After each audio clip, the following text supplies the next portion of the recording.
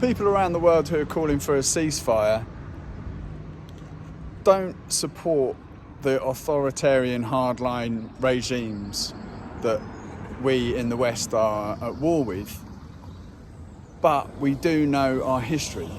So the reason Hamas exists is because the Palestinian people have been royally screwed over for 75 years. The reason we've got a hardline regime in Iran is because the CIA and MI5, UK and American secret forces instigated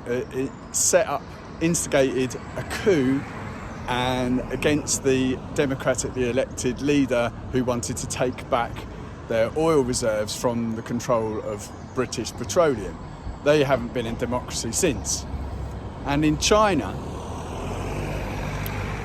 look up the Opium Wars, how the British East India Company forced China to buy opium from us because we had nothing to trade with them. We had a trading deficit with them. So when we were in India, we forced Indian people to grow opium, which we sold to the Chinese. So we know our history.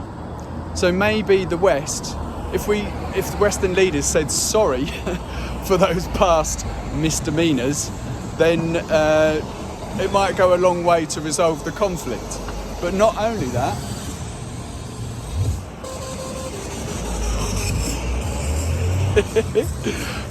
that, but it might wrestle some of the power away from those leaders, those authoritarian leaders, because they need the threat of the West, real or imagined, just like the Western military-industrial complex needs the threat of them to stay in power. But we're not going to do that because those... it doesn't play into the hands of the Western military-industrial complex. And so we need the war and the perpetual threat of war for the oligarchs, the oil, media, banking, weapon oligarchs who control the politicians in the West to stay in power. So we need to bypass that lot. And we need to overthrow oligarchy, and we need to set up citizens' peace assemblies to resolve the conflicts.